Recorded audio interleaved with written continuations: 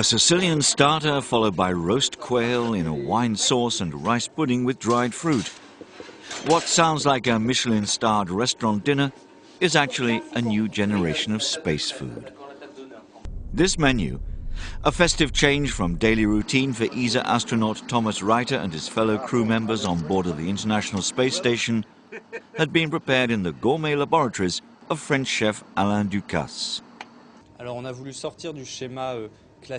We wanted to give them a break from the routine, from their daily meals of freeze-dried food. So they're stored in aluminium tins. They keep their color and their texture. They look like something you would find on Earth. So the astronauts eating it are reminded of the food back on Earth. Food in space has certainly evolved since the early missions. Above all, it must supply each astronaut with the necessary daily intake of calories, vitamins and minerals necessary to cope with the special conditions of space and the higher physical burden. However, space food experts must also think of convenience in preparation, easy storage, microbiological safety and some other restrictions absent from kitchens on Earth. We really worked on it a lot, especially the question of water content, because in space any kind of humidity can be bad for the station. There's also the problem of crumbs. So everything has to be really worked out to fit in with the restrictions we had. So there's no bacteria, very little water. But we tried to cook things that we knew, that we know how to prepare and fit in the restrictions we had. With no refrigerators or microwaves, what looks like a simple operation on Earth becomes a bit of a challenge up in space.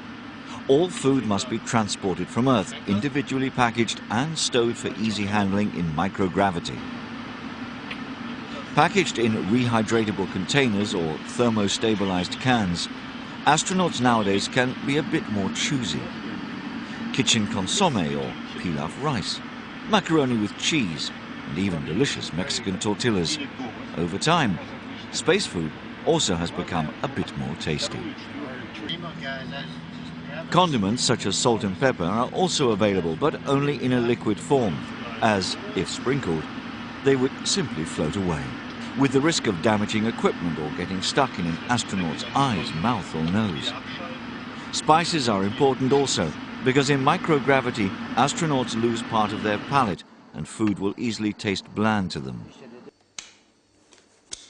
All food is pre-cooked and processed, so it requires no refrigeration, and it's either ready to eat or can be prepared simply by adding water or by using the ISS special oven. The only exception are fresh fruit and vegetables, a real feast when available, just after arrival of the space shuttle or of an unmanned supply vessel. They prefer these kind of food, so they eat more food and have a better nutrient supply, aside from the psychological effect that sitting together and having a good meal together is really what people like. For the trio of astronauts living in the International Space Station, there is certainly nothing like a good meal to lift the spirits after a hard day's work. Food is really something which gives us a break. It's something where we find some joy, and we are really trying to take some time for our meals.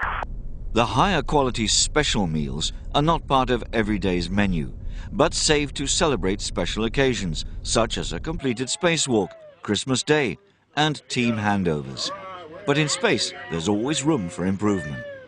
Of course, we are enjoying this food, but we have no doubt that it would taste much better if we would have had also very good wine to it.